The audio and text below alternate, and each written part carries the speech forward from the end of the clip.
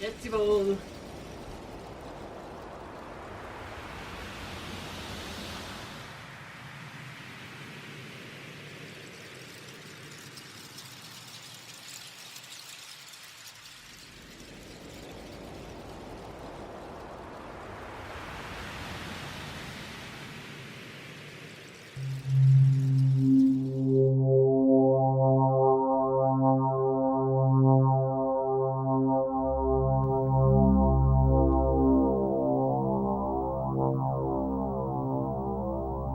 Listen carefully. Do not pretend that you are separate. This is why I commend this woman whom you have visited. Whether or not she is enlightened is not the point. She is at one with existence, and existence is at one with her. In declaring yourself to be enlightened, an alchemy happens. You have expressed your absolute willingness to let go, to be at one with existence. And as soon as this willingness is present, multiple boundaries fall away. To declare oneself enlightened takes great courage. It takes great courage because you may be wrong. People may laugh and make fun of you, but let us not trouble ourselves too much with the semantics. To make this announcement, I am going to be absolutely, truly, and authentically myself. This is like an arrow to the core. In this space, tremendous space is created. In this space, all dissolves that is not of your true nature. You have taken the responsibility to cut loose from the countless ways of the aimless personality. The axis is ready for those who want the axe. She has an axe ready to chop. All who are ready to be chopped. All who are stinking ready. Yes, she is ready to do the chopping. It is rare to find a being who is female in the body ready to do the chopping. Usually, it was the man who had the task to do the chopping. Something is changing. The axe wielder of consciousness will have to be this woman. Because no man can wield an axe without creating damage, unless he happens to be the master of the masters. Time is short. This beautiful fragrance is an example of a kind of an imperfect enlightenment. Enlightenment is not perfection. Enlightenment is absolutely daring to be oneself, utterly without compromise. And the truly enlightened person cannot compromise one iota. This is the trouble with you. Elements of compromise remain. Cut them out henceforth.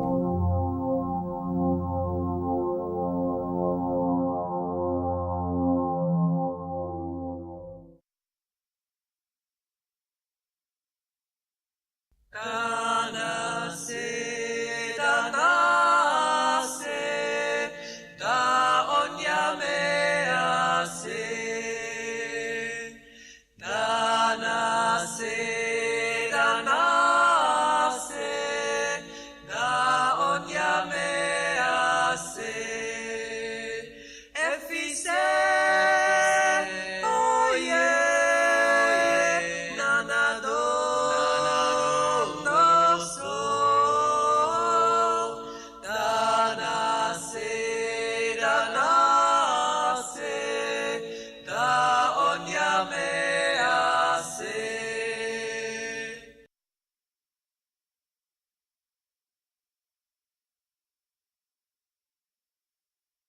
I'm Maitreya, and I come originally from Norway.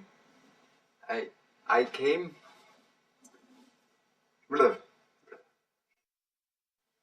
We start a little bit on another plane where we talk like this, where it's a little bit more funny and a little bit more childlike. The whole thing started about 2.5 years ago when we were traveling in India, and we were, as many other people, we were trying to find ourselves in many different kinds of directions with healing and so on. And we came to a deep yearning inside of us where we knew we can't go on further alone. We have to have a master who could really show us who that we are, who can really give us another direction. And then we went to Nepal, and we went trekking and came back from trekking and went to a bar and came into this bar, and this bar was somehow magic. Magic. It was a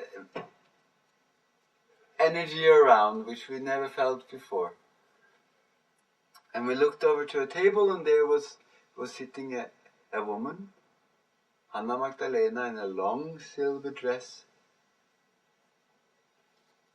with some people, and she was totally animating, and she was alive, fiery. It was coming songs through her.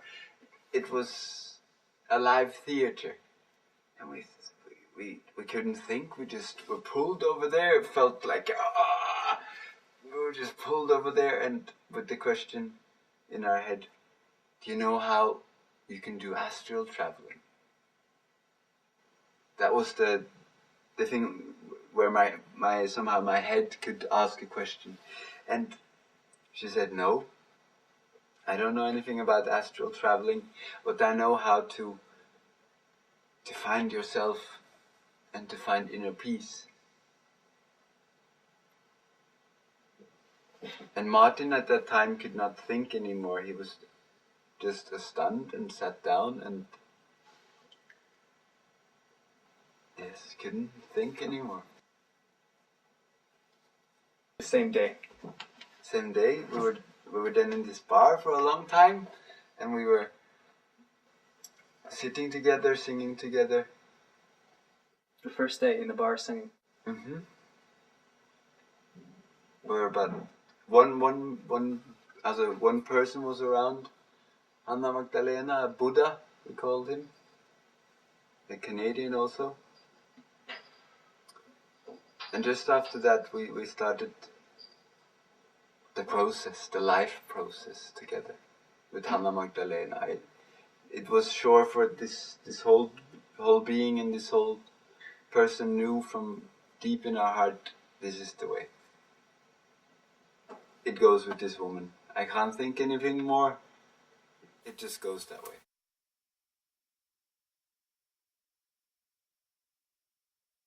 But somehow I can't help but you have been living with me 2.5 years, and we speak about this kind of questions. This is a question he would not even ask.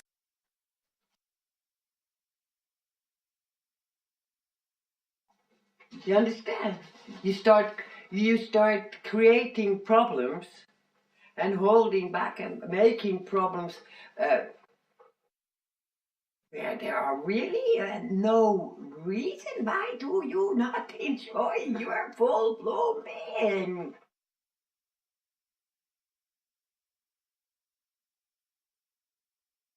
You need to be and you need to feel a problem.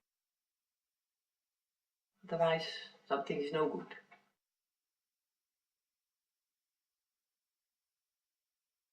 Es kann keine Probleme mehr schaffen, wenn es fühlt, dass es total ist. We are just saying, through the sound and through the working with the sound, something fundamentally was changed. Learning how to sing again, learning how to be alive to be spontaneous, to express myself without words, to get away from the words and get into the ba ba ba ba ba ba ba ba ba, and the tones of the heart, the tones of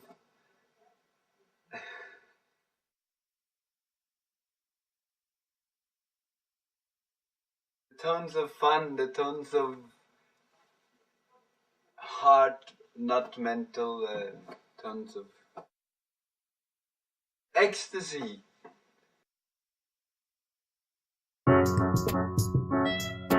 Ecstasy.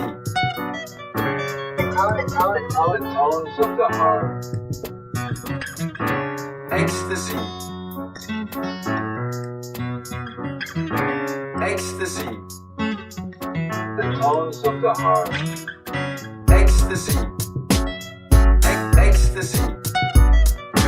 Ecstasy. Ecstasy.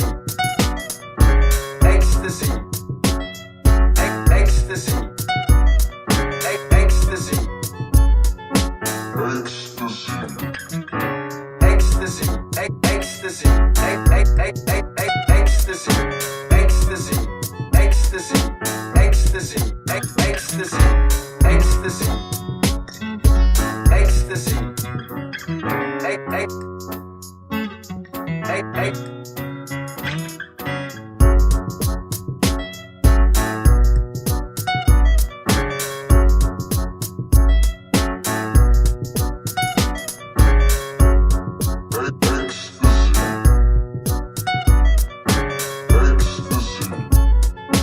Ecstasy. The tones of the heart. Ecstasy. The tones of the heart. The tones of the heart.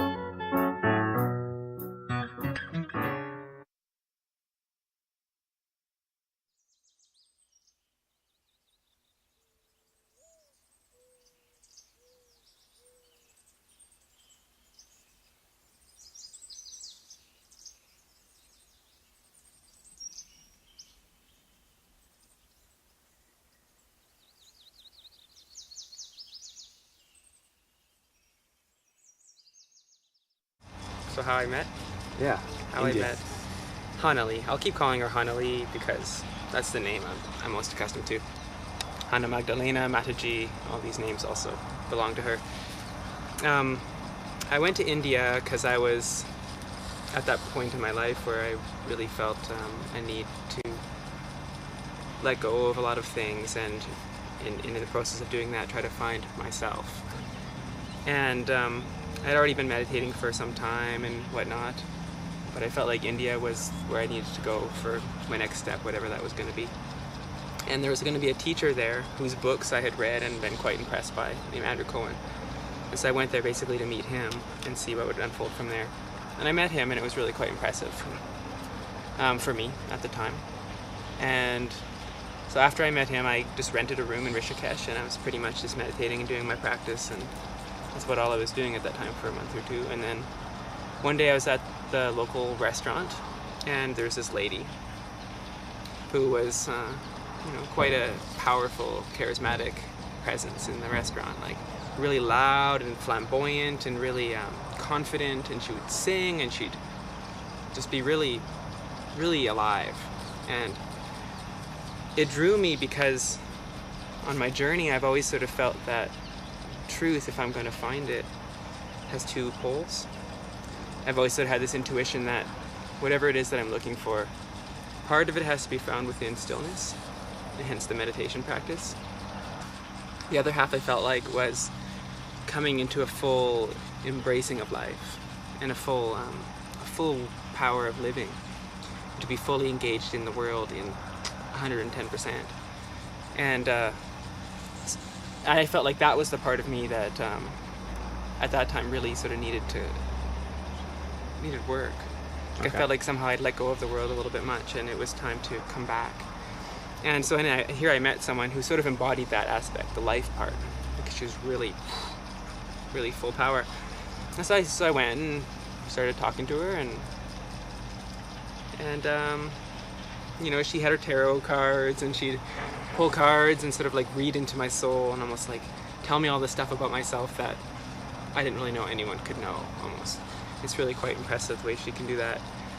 And so I started seeing her, you know, I'd sort of see her every day for a few days. I started spending more and more time. And at that time, she was just with one young Indian boy who was kind of her, sort of served her a little bit. And yeah, that's sort of how it all began. Everything sort of unfolded from there.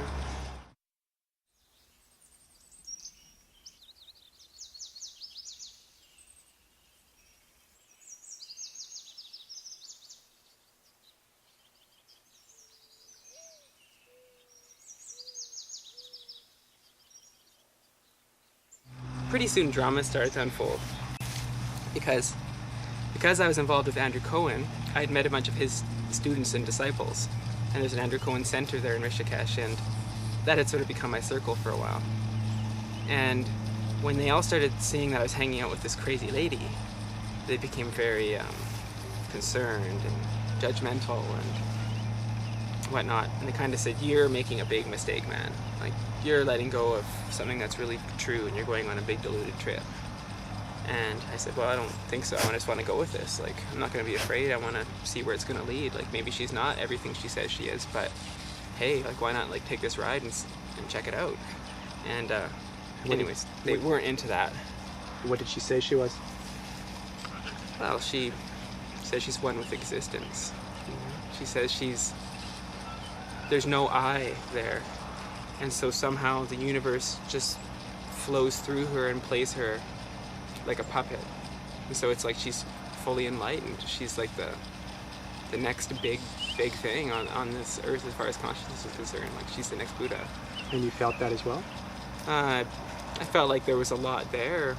I wasn't 100% sure that this was the real thing. And I think that's partly why I eventually left, because I wouldn't see that 100%, because I wasn't sure. I was still waiting and seeing, you know, sort of holding back a little bit to see, okay, let's find out. And she knew that I was there, and she seemed okay with it most of the time.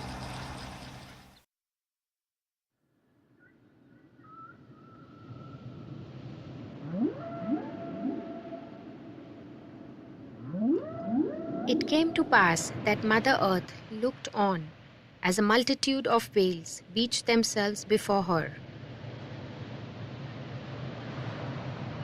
Outside the cool womb of the ocean, a whale's body temperature will rapidly rise, resulting in death within hours.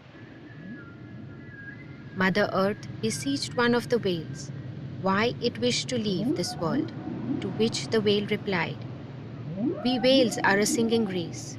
We wander the oceans in a state of resonance or attunement with the biotic tone of the earth.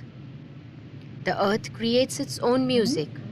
We have but to look inside ourselves to recognize its melodies.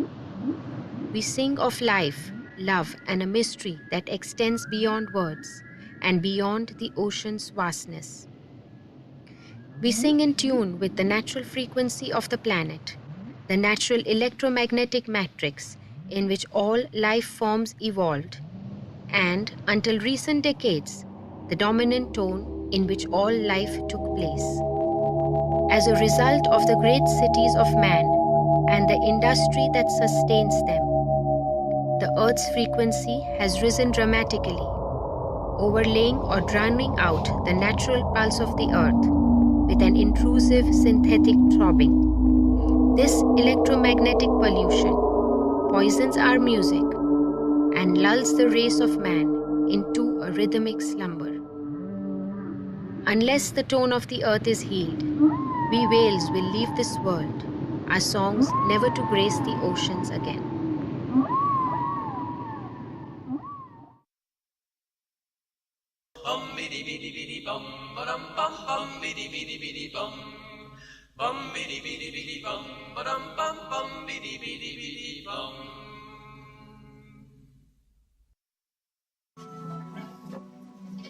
as it comes all,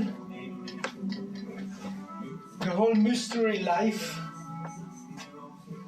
comes out of the ajna in the center, from the light into all rainbow colors, all the spells in rainbow colors, and the complete background now, it's dark, bluish, violet universe. Yes. And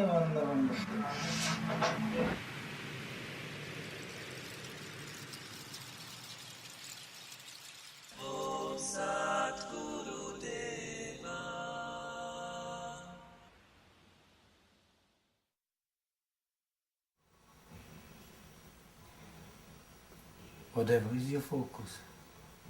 Focus is one part. That's using the mind, but you need the emotion to start the engine that you can manifest.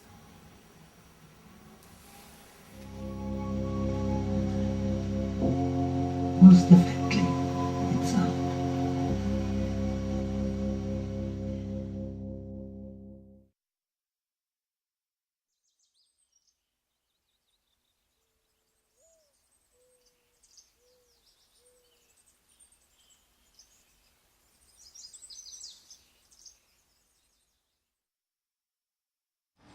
And there we were. Then we were in Nepal and went to Pokhara and Kathmandu, and we were in Nepal. We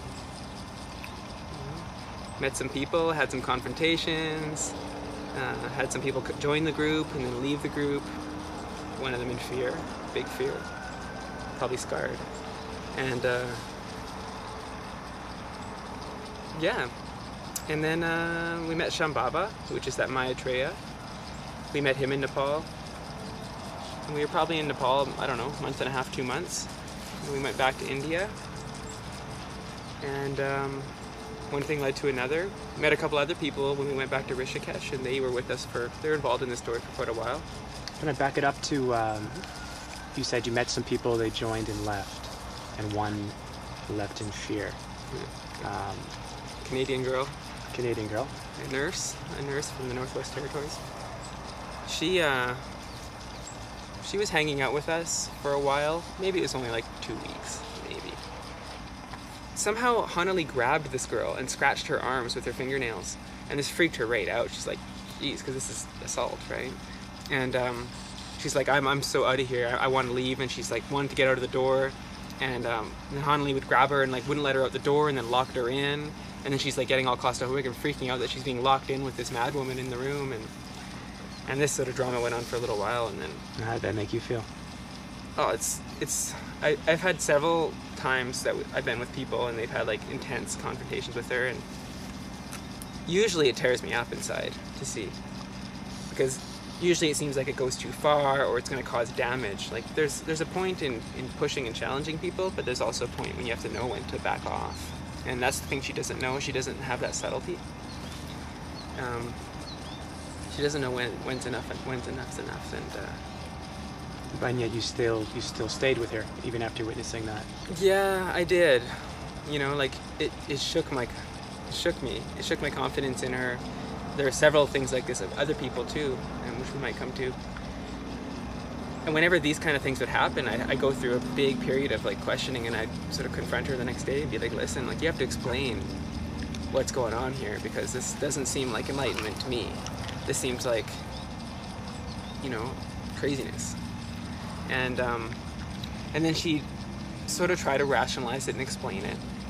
And that was sort of when I liked her best, when she was like the wise woman, because I'm kind of a mental sort of person and I want to know the truth. I don't want delusions, and I want someone to explain what's going on. And so she played that role, and that was pretty cool. And basically, here's how I sort of dealt with it. Is I was looking to accept the universe in its totality. I was looking to say yes to everything that exists and to like be open and in love with all that is. And so it seemed like what my job was is if I could like keep letting go every time some aversion to her would come up, if I could just keep dropping it, she keep bringing up like bad sensations and like dislike. If I could let it go and let it go and let it go and still love her and still love her and still see the beauty in her and still see like the brilliance in her all the time, maybe through that it could be a doorway into like, if I can love this most unlovable thing fully, truly, like in my deepest soul, then maybe I can love everything that fully and that truly. So that's kind of how I sort of tried to see how I was playing the game. And did you feel that occurring? I suppose on some level, you know, but not fully, because I'd always still react when she was harsh with people. I'd still feel bad. You know, I think that love is already there, and maybe it's become stronger through spending time with her. I don't know. And it's not always there. Like, there's lots of things in the world that revolt me, and actually in some ways I think that maybe that ideal I had before was a mistake, because from the cosmic perspective it's true. From the cosmic perspective everything's perfect, because it's all just happening as it is.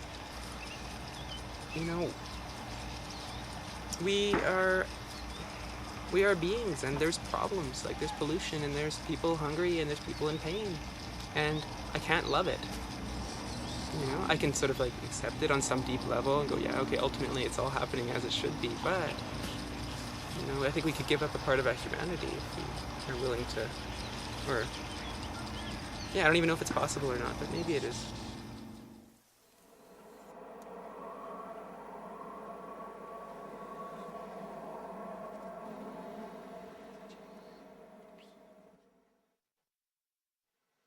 Nothing. Thought you were gonna say that.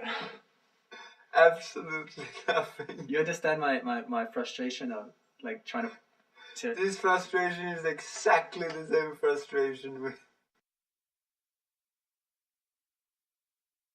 you know, which we feel when we look at Sananda and Venus when they are having so beautiful with each other.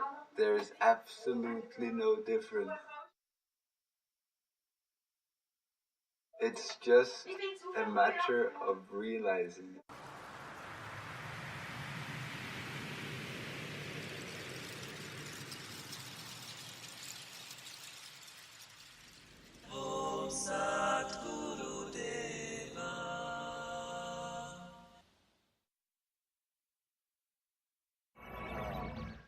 You have to go 100%, then you get 100%.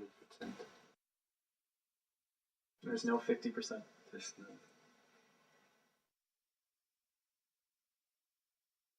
And long it was a physical and a mental 100%, but not the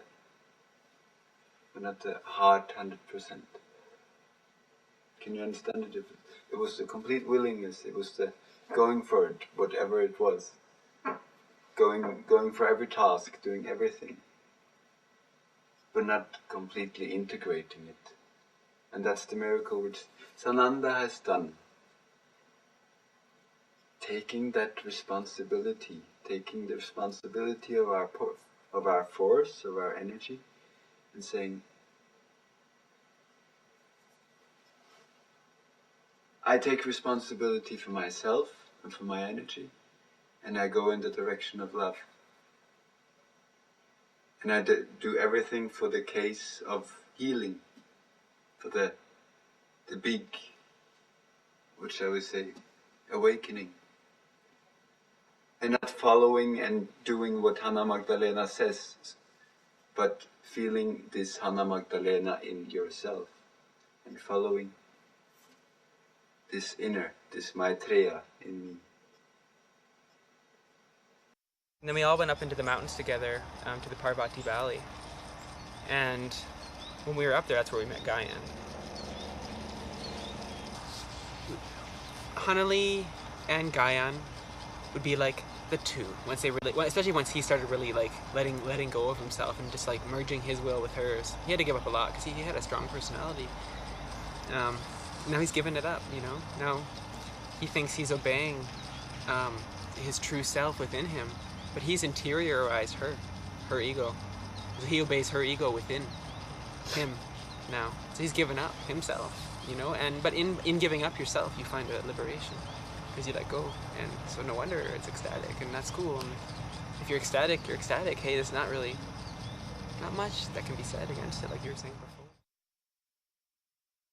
Baba la gumba la navise.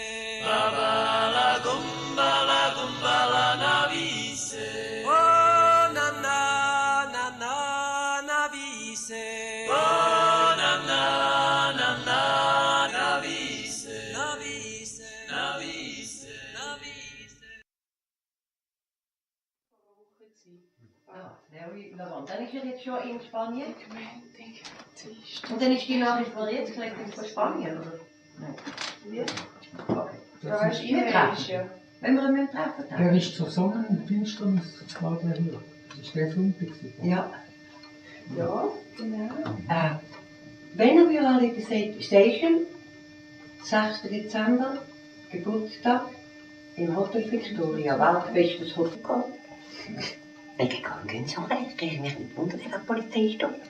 Wir haben eins gesungen, eins im Parkhotel hier in Marigold oben. Und der Herr Direktor hat gefunden, das störe Gäste und hat gemeint, wir sollen jetzt sofort gehen, sonst holt er Polizei.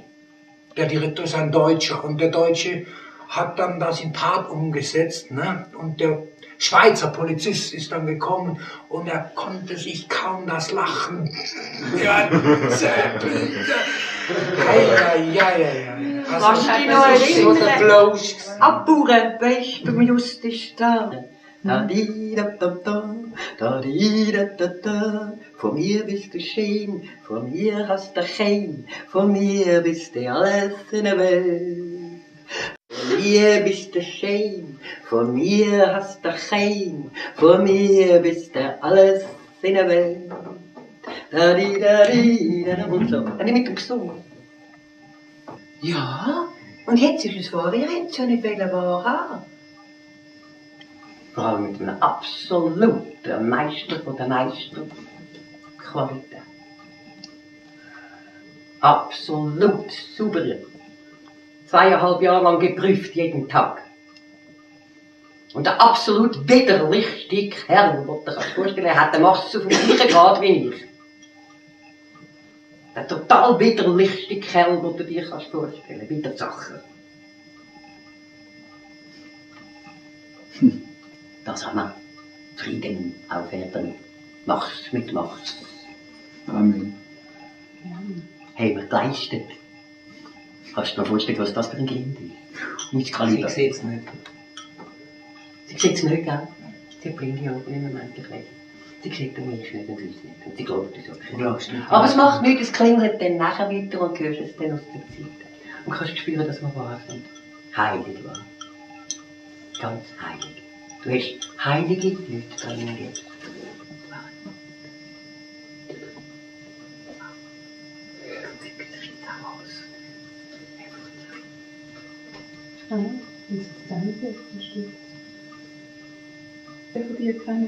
Warum meinst du, dass sie jetzt aufgestanden ist und aufgestanden? Das ist der springende Punkt. Was machst du dafür für deine Aufgabe? Aber jetzt. Wir haben uns vorbereitet zum zuerst reine Leute an. Ich wollte nur reinste Leute vorzeigen an ihren Brüsten, so die wir kennen. Also haben wir zuerst unseren Stall ausputzt. Und wenn wir erscheinen, kommen wir super. Aber wenn wir erscheinen, kommen wir super und sind allmächtig auf dieser Erde. Weil jetzt ist allerhöchste Zeit, weißt du warum? Was bringt Annelies auf Palmen und Kali auf Palmen und der Mutter auf Palmen, dass sie sagt, jetzt stehe ich aber alle auf. Weil die Leute hinter mir haben erstens und zweitens, weil etwas passiert ist auf der Erde. Was passiert? Was bringt die so auf Palmen, dass das der Larry da anholt, dass das passieren lässt im Hotel Victoria, dass das Licht kommt, alles. Was passiert da? Was ist passiert? Was sind die schlimmsten Nachrichten in den letzten 3 Wochen? Konstant jeden Tag.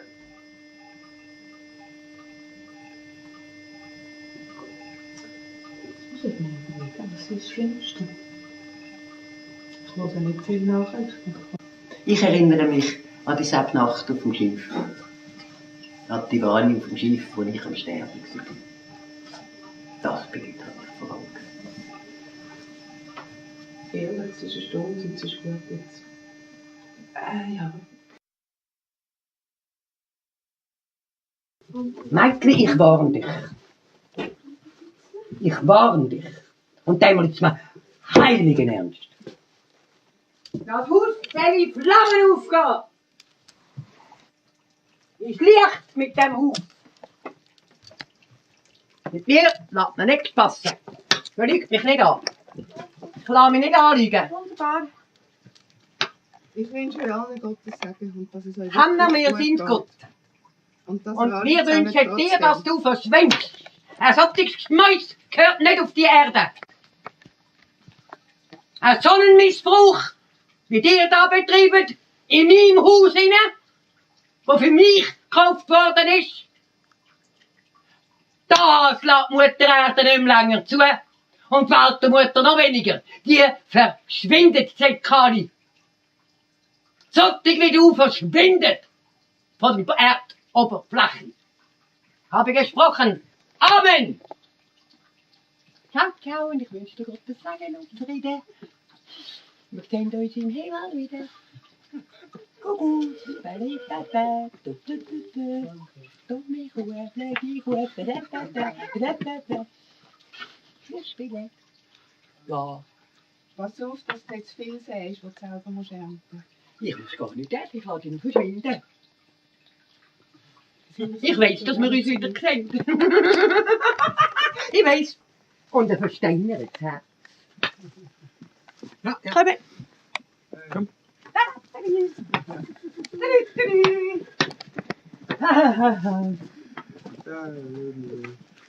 Langsam. Hey, hey, hey, hey.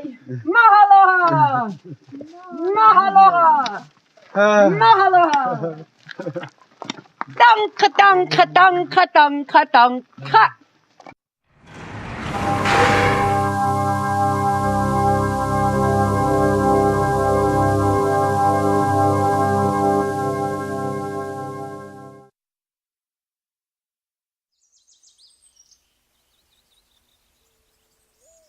Once upon a time, Mataji, while on her morning walk, came across an old sadhu meditating under a tree. In the pursuit of cosmic consciousness, a sadhu must die unto himself, cutting all family ties and renouncing all material attachments. Since time immemorial, Indian society has been organized to support these holy men. The old sadhu had no possessions, save for a short wooden stick, used to fend off India's many rabid dogs. The grain of the wood was beautifully sanded and varnished, from decades of gentle human oils and continuous physical contact. Despite his most strenuous efforts and extreme austerities, the sadhu remained in the mortal world, bound to samsara, the endless cycle of rebirths. Mataji beheld the protective manner in which the mendicant cradled his one remaining possession. She then revealed to the monk the essence of his attachment and why he was prevented from taking the final step towards the ultimate. It was the humble piece of wood that bound him to the mortal world, like the amassed material possessions of a lifetime. The old sadhu felt the truth in her words and surrendered his one remaining possession. With great reverence, Mataji accepted the priceless human artifact and continued on with her morning walk.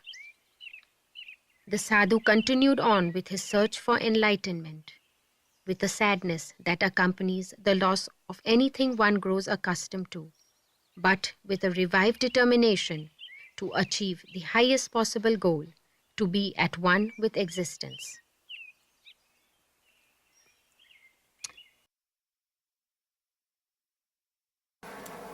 First, you have to feel. I'll go there. Ciao.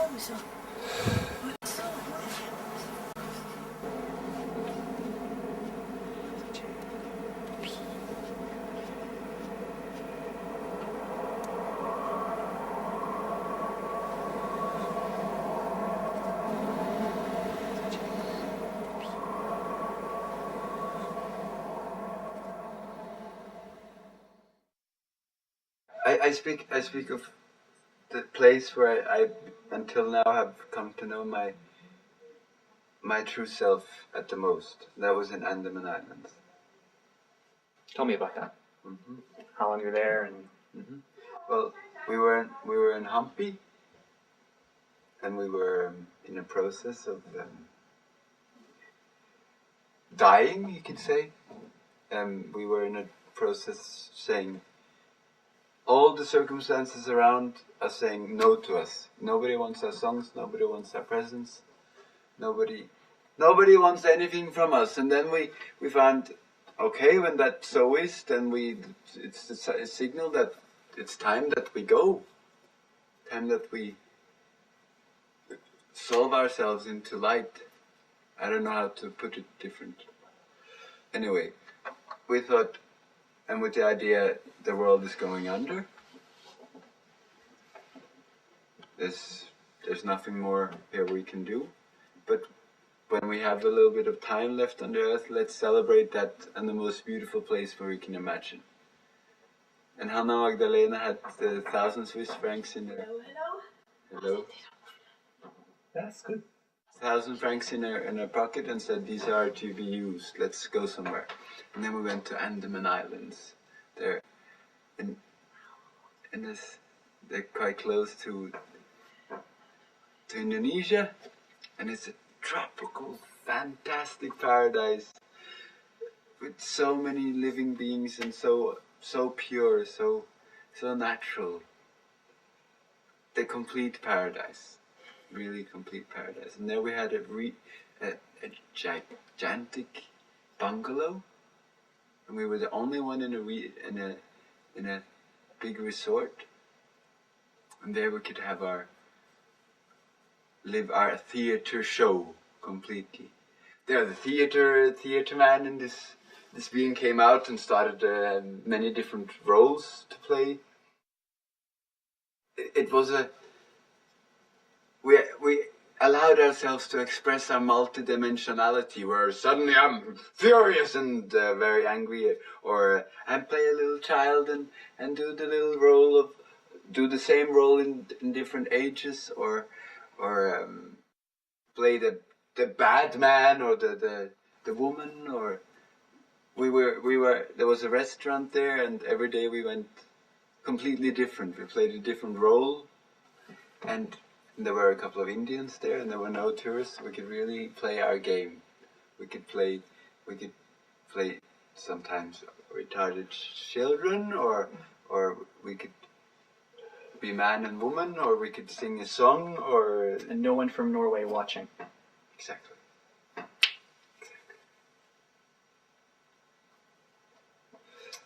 Completely free. And in Andaman Islands, after dealing with all fears and dealing with the fact that the world is going under, and all the fears that were coming up in relation to that theme, and after dealing with all these fears and getting in contact with this Mongo, this retarded Mongo like this, which has a big heart and no mind, we came also to know Maitreya, the true master, the true being in me. You can imagine Maitreya is about 15 years old. It's very intelligent, feels a lot.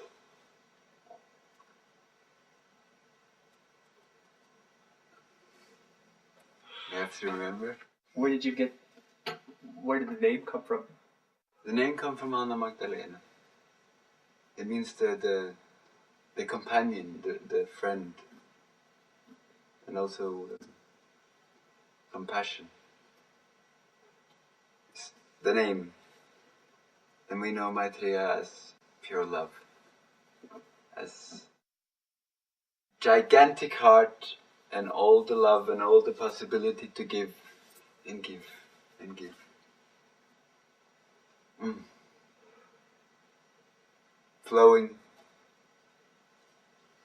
freedom in totality, in totality, God child. Strong word. No. God child.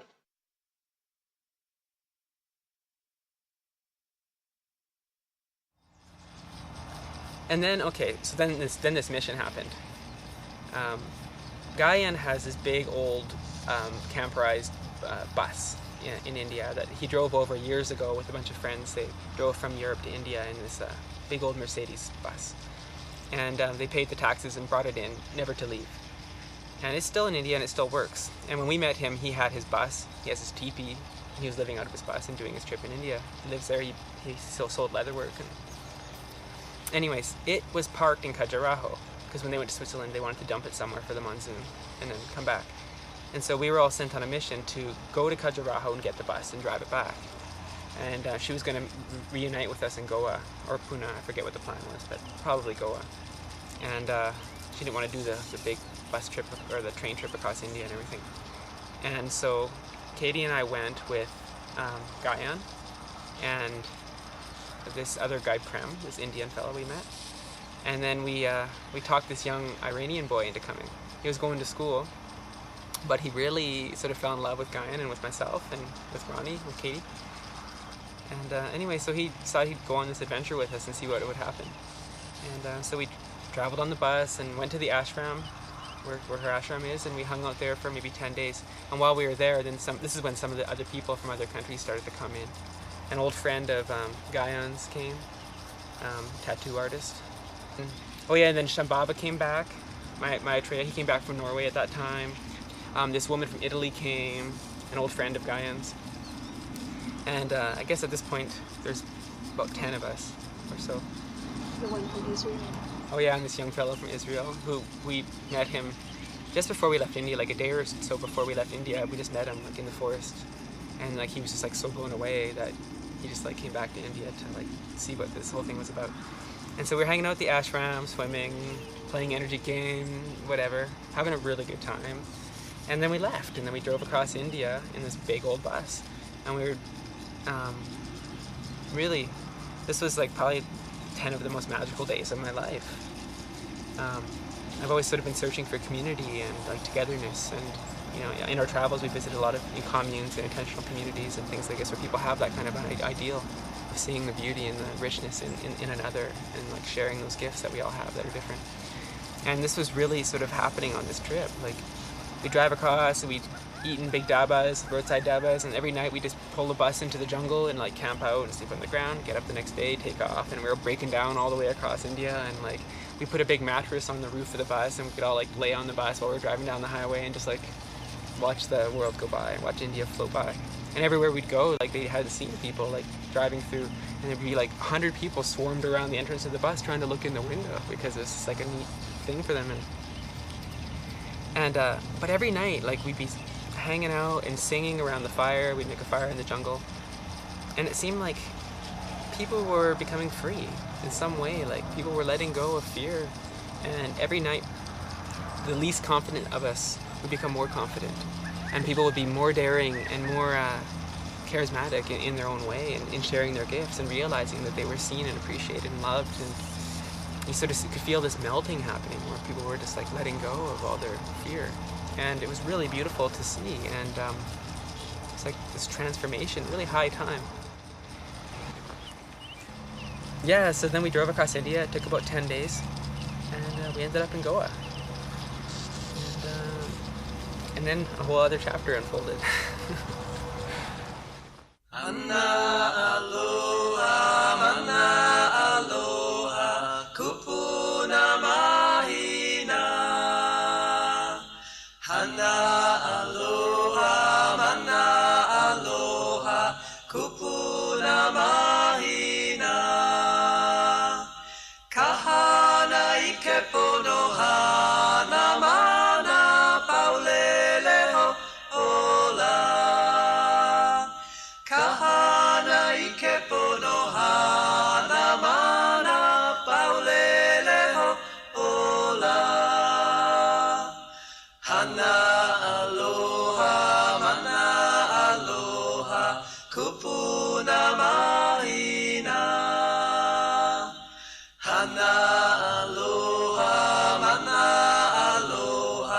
kupuna mahina kahana ikepono hana mana paulele ho ola kahana ikepono hana mana paulele ho ola.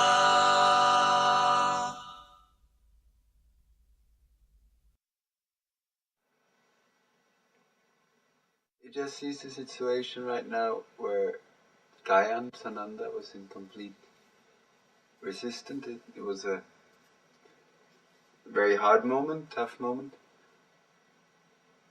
And Maitreya challenged him in playing an energy game.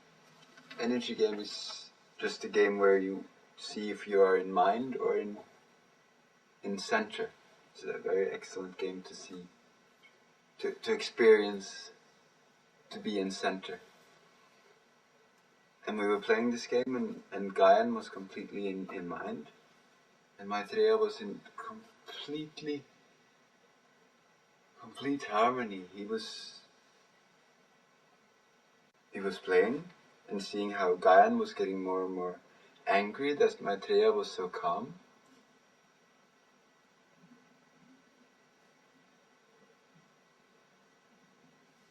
And we were standing in a beautiful, beautiful forest, and Gayan was so angry at one point because he realized he cannot somehow trigger Maitreya into getting away from this godchild. It is so sure. So, in the moment, just here, feeling what's there. And not the mind who tries to create the problem. And it all came out of, well, Mango came out of a complete fear attack. This being was allowed to experience itself in a fear attack where it looked into the mirror and saw itself, and it saw a completely mad person. A person which it does not know, ready for the madhouse, completely mad, and could just see this face and could laugh about it. And after that, being able to laugh about it, the Mango in me, the child, shall I say, without limits, but still retarded, came out. And it was the core, somehow, it hit my core.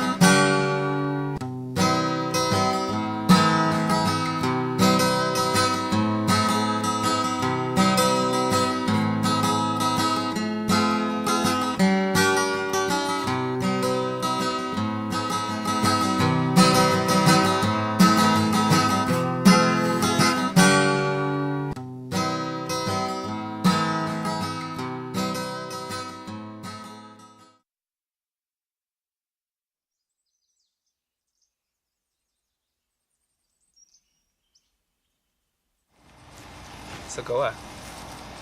Okay, well, we got to Goa and our energy was high. Like, we were all so excited, like, because we all could feel what was going on. It was really weird too. Like, we wouldn't really talk about it so much, but it's like we could feel that there was this transformation happening and people were coming out of their shells. And so we got to India. We were all just like in the highest spirits and excited for what was going to come, because now we're going to get together with Hanali again, and she's like a director of energy. Like, she's like really powerful person to have in a circle. And ever since I've known Hanali, here's been one of the things. Whenever she'd be really harsh with people and really like cutting them down and whatnot, I'd always be like, geez, more like this. This doesn't seem right to me, like we were talking about before. And she would tell me that in my deepest heart, I'm a child. I'm a 6-year-old child, finally. And all that I really want to do is I just want to sit back and enjoy. I just want to sit back and not have to play the ogress anymore and not be the mean collie kicking people's asses and trying to get them out of their egos. I just want to sit back and enjoy everyone in harmony and togetherness and freedom. And just, the only reason I'm being the ogress sometimes is because it's needed. It's a needed thing right now, and it hurts me to do it, hurts other people to do it. But like at some point, when you guys all like get it and get out of your egos, then it's all gonna flow naturally, and I can just sit back and be loving Hanali and whatnot. And I'm like, cool, that sounds good to me, because I don't like being around ogress so much. But maybe sometimes it's needed. I'll go with that. Maybe sometimes I don't quite even see it in the time. Maybe it seems a little bit much. But maybe I'm not seeing the big picture. Like, I'm not infallible. It might just be my judgment that's off. And so this is her deepest yearning, she tells me. And so cool. So we're at the beach, and guess what? Her deepest yearning had come true in some way. Like, it's the closest that it had ever been, like, in the whole time I've been with her. And it had all been when she was gone. And so now she should be able to come and see it. And, like, recognize it. And love it. And be like, wow, what's happened here? This is so great. But it wasn't like that. It's not how it unfolded. And then, so we'd get together around the fire, and friends would tell friends, and sometimes there'd be 10 of us, sometimes there'd be 15 of us, sometimes there'd be 20 of us. People sort of on the fringes, sort of checking out what's going on here. But everyone thought it was pretty interesting. Like there's a lot of growth and a lot of challenging and stuff happening. Sort of falling back into the old pattern where she's sort of the director of the energy. Like, okay, yeah, you. Now you sing or whatever, right? Or you like play this kind of energy to him, like, oh, he's off, so you tell him like what he's doing. And so it's kind of liberating for people who are a little introverted, because it forces you to come out. And like it's like, oh well, I might as well just do it, right? Because I'm kind of commanded to. And so it's great for someone who's wanting to come out, to sort of be put on in acting school. It's kind of an acting school in a sense, learning to like lose the inhibitions. And I thought it was cool. Like, I love those evenings. I love the challenges. I love to see who's going to get put on the hot seat that night, because it's intense, and you don't get intensity like that in most parts of life. Everyone's too afraid to hurt each other's feelings and whatnot. But she's not. Like, she'll kick your ass. And so this would happen night after night. And then there'd be an interesting thing. The young Iranian boy, Arya, and this young Indian fellow, Devananda, who had been the caretaker of her ashram during the time that she was away from it. If there's a pure representation of bhakti in the world, it's him. Bhakti being like the love of the devotion, like the pure love and devotion kind of energy. Not intellectual, none of this. And just, he'll serve and love because he sees something. And he sees something in Hanali, and so he's been willing to, like, even just be away from her, but just to serve her. Made his life complete. Really simple, but really pure-hearted. More pure-hearted. Like what him and Arya, the little boy and the simple Indian, were the most pure-hearted out of any of us. And the most sensitive to energy, I guess, or to mood, to group feeling. And I didn't really notice necessarily that the high point of the trip had sort of faded off. But both of these guys separately had come up to me and been like, Buddha, I don't like this anymore. Something's wrong, something's different. And it's not the way it used to be on the bus. And I would have been like, well, it's different, but it's still really good. Just flow with it and let's see what's going to happen here. And this sort of happened for a few days. And then eventually I saw what they were talking about, but it took a while. They got away before I did. My question, if you were to be separated from that, you don't have a group. This group? Yes. You must imagine 2.5 years we've so much focused on our unity. So living in sharing everything. And only in our own process, being so unattached from the world. And being able to see the world from a different point of view. Then now going out in the community and being alone, away from that, would be hell.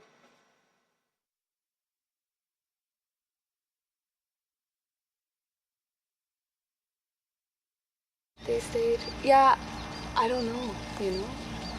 I mean, obviously they felt the magic on the bus trip as well. But, I don't know, initially they had a stronger tie to her. They gave themselves more fully. More fully than the rest of us, yeah. And then we'd ask them afterwards, like, yeah, but what about that on the bus? Because And they felt it too, and they're like, did. yeah. And then it was sort of a sad thing, you know. I think especially for Guyan, I felt like it was a sad thing, like sort of knowing what we had on the bus, but at the same time saying, you know what, you know, that doesn't matter because she's it, and I have to go with her. I just felt like I'd learned what I was going to learn from that scene, and it was an amazing scene, and it's too bad I had to end like the way it did, but it did. And like, you know, there's the details of how it all unfolded and whatnot. But when we all did say finally enough's enough, she's like, oh yeah, okay, all you guys, it's like you're possessed or deluded or something. Like, why don't you guys go down to the beach and play anger game? I don't know if you know about anger game, but it's one of her tools. If people are like off in some way, like they're not totally in tune with her, she thinks they have to release anger, some kind of therapy. And so you go down and you pretend you're really angry with each other, and you just yell and you rah, and you try to channel that energy to release it. It's sort of a cathartic hypothesis, you know. So we went down to the beach, and we're all so happy. Like, everyone like somehow felt liberated, like a big weight had come off of them. And none of us really knew that a weight was on us. But all of a sudden, like, felt like the whole universe is wide open, and that this was the exact right thing to do. And it was. None of us ended up going back with her. And shortly afterwards, you know, they left for Hampi and Andaman Islands in Switzerland.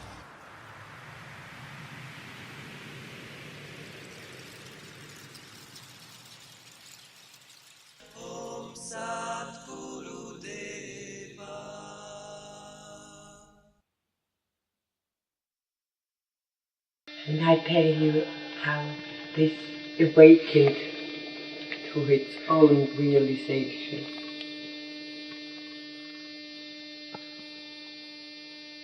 We were on a boat in Turkey, and I hadn't read a book for a long time. And on that boat somebody gave me the book of Vivekananda, Jnana Yoga. And I start reading. And I read there something like, God as you imagine it does not exist.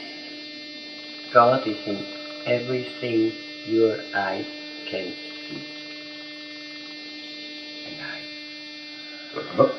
And in this moment, wow! Big explosion. And after a while, I opened my eyes, and the glass in front of me was not there anymore.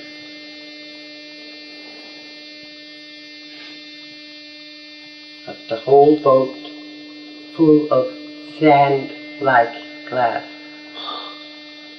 We had a few hours to clean it. That thought,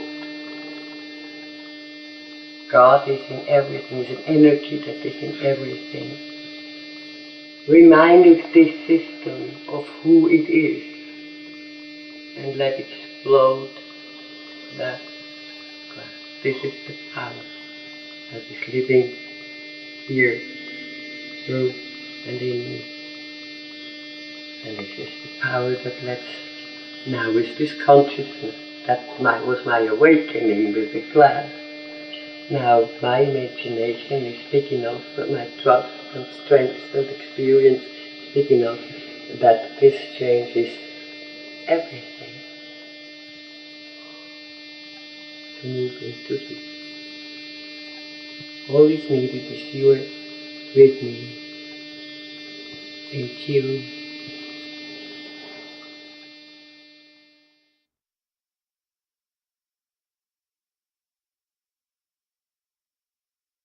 we say we are rememberer. We put an example there, here, on the planet. How true godly beings live. How God interacts with himself. And if people remember that and keep focusing on that, they remember who they are. That was the game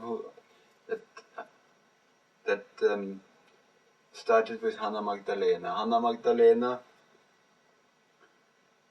is God, shall we say, godly energy in the human body. No I anymore. It's just pure flow, Mother Nature, like an animal in an art, in a way. No personal thinking, just pure flow. And we allow ourselves to see our godliness in her, so that we can integrate it and liberate ourselves, and so that we again become this example, and we can give it on to the next one, so that this one can become this example, and so this process goes on from hand to hand.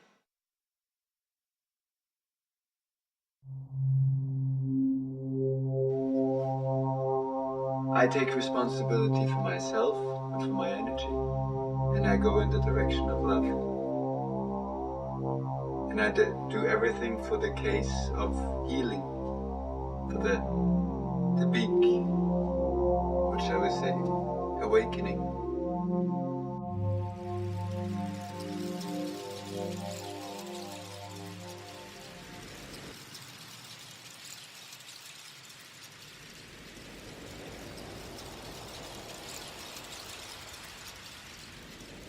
That's it.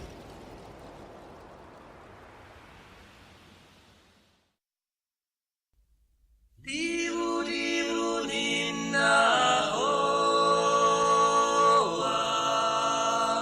savape diru ninna ho. Diru diru ninna hoa, savape diru ninna ho. Amaye yenusiru mabesineya, savape diru ninna ho. Amaye yenusiru mabesineya, savape diru ninna ho. Diru diru ninna hoa, savape diru ninna ho. Diru diru ninna hoa, savape diru ninna ho. Amaye yenusiru mabesineya, savape diru ninna ho. Amaye yenusiru mabesineya, savape diru ninna ho.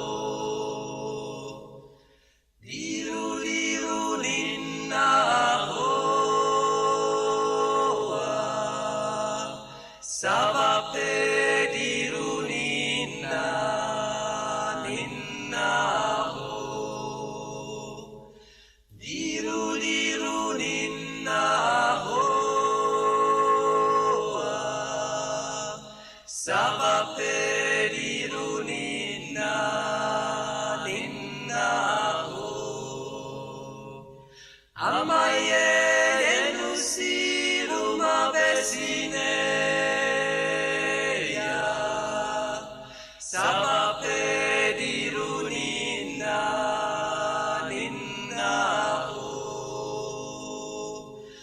amaye yenusiru mabesineya sabape